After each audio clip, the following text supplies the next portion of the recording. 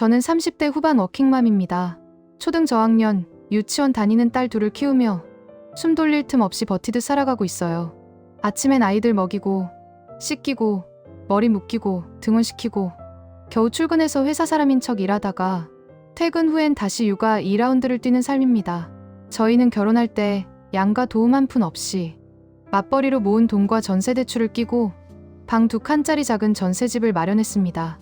남편은 평범한 회사원, 연봉도 높지 않아요. 저도 육아와 일을 병행하며 겨우겨우 생활하고 있습니다. 저축이라고 해봐야 비상금 조금씩 쌓아두는 정도입니다.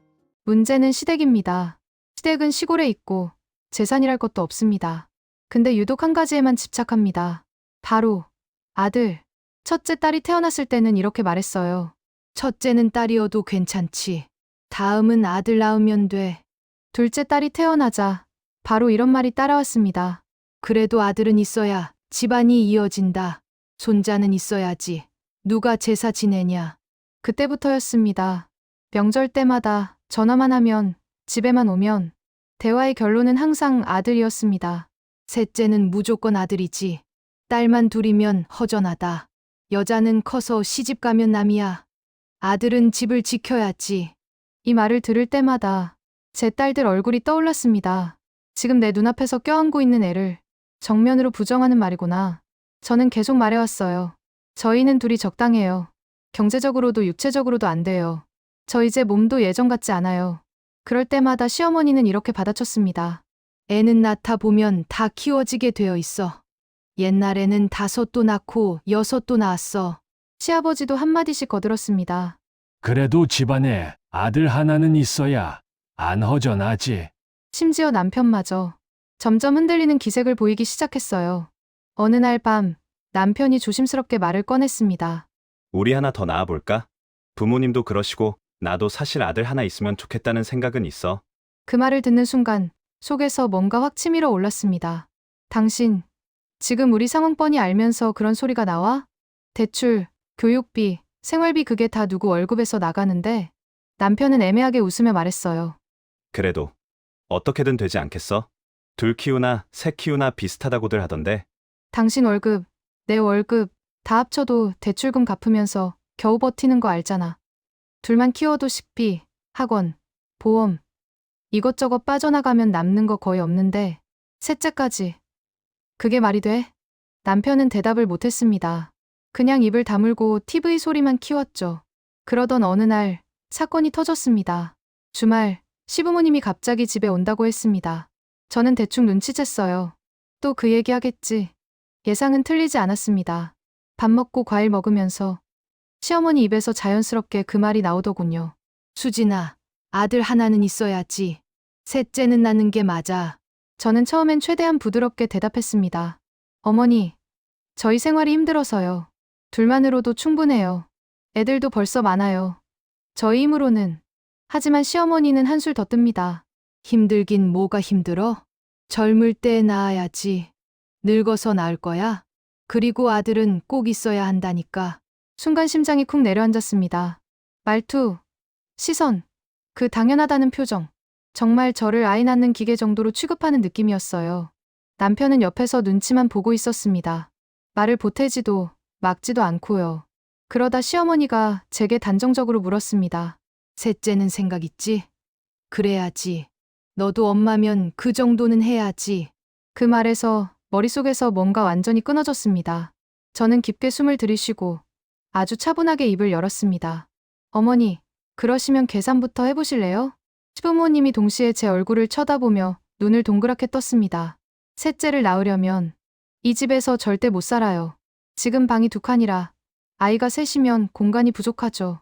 그러면 최소 30평대로 이사를 가야 해요. 전세값이 요즘 얼마인지 아세요? 시아버지가 난감한 표정으로 말을 꺼냈습니다. 그건 뭐 너희가 젊으니까 열심히 벌어서. 저는 바로 말을 끊었습니다. 저희 부부 힘으로는 절대 못 가요. 지금도 전세 대출 끼고 살고 있어요. 30평대로 옮기려면 전세값이 최소 1억 이상은 더 필요해요. 그것도 최소요. 월세로 가면 안 되고요. 아이 셋 키우면서 저희 벌이로 월세 사는 건 말도 안 되는 계획이잖아요. 시부모님 표정이 살짝 굳어졌습니다. 남편도 제 말을 처음 듣는 것처럼 저를 쳐다봤습니다. 저는 멈추지 않고 말을 이어갔습니다. 그리고 아이 하나 키우는데 유치원부터 대학까지 학원, 의료비, 옷, 먹는 거 다 합치면 대략 몇 억은 들어요. 요즘 다들 그렇게 계산하시잖아요. 시어머니가 기분 나쁘다는 표정으로 말했습니다. 아니, 요즘 애 엄마들은 왜 이렇게 돈돈거리니? 옛날엔 그런 계산 안 하고도. 제가 바로 받았습니다. 옛날이 아니니까요.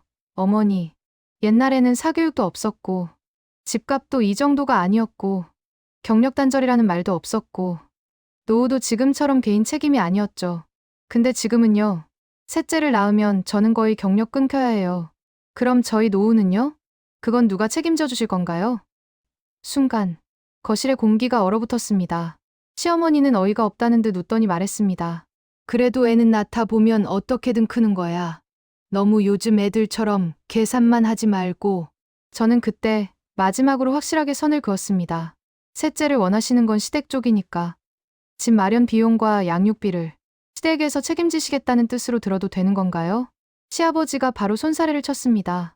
아니, 우리가 그걸 어떻게 다 책임져? 우리 형편 알잖아. 겨우겨우 사는 거 너도 알잖니?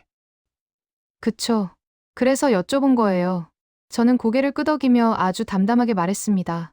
책임지실 능력도 계획도 없으면서 아들 하나는 있어야지라고 말씀하시는 건 결국 저보고 제 몸, 제 경력, 제 노후를 담보로 시댁 소원을 들어달라는 말로밖에 안 들려요. 시어머니 얼굴이 빨개지며 말했습니다. 아니, 우리가 언제 그렇게까지. 그럼요. 그렇게까지는 안 하셨죠. 말만 하셨죠. 말은 공짜잖아요. 남편이 그제야 어쩔 줄 몰라 하며 저를 말리려 했습니다. 여보, 그만해. 부모님 앞에서 너무. 저는 남편을 똑바로 쳐다보며 말했습니다. 당신도 똑같이 생각하는 거 아니야? 부모님도 그러시니까 라면서 셋째 얘기했잖아. 좋아. 셋째를 그렇게까지 원하면 내가 회사 그만두고 애 낳고 당신은 투잡을 뛰든가. 당신 혼자 벌어서 우리 다 먹여 살리고 나는 경력 끊고 집에서 새 키우고 그럴 자신 있어? 남편은 아무 말도 못했습니다. 입만 뻐끔거리다가 결국 고개를 떨궜습니다. 저는 다시 시댁 쪽을 향해 말했습니다. 어머니, 아버님, 아이를 낳으라는 말은 쉽지만 그 뒤에 돈, 생활, 육아, 직장, 노후까지 다 저와 남편 몫이에요. 앞으로 저희가 버티지도 못할 일이라면 그건 처음부터 요구하시면 안 되는 거예요. 시댁은 아무 말도 하지 못했습니다.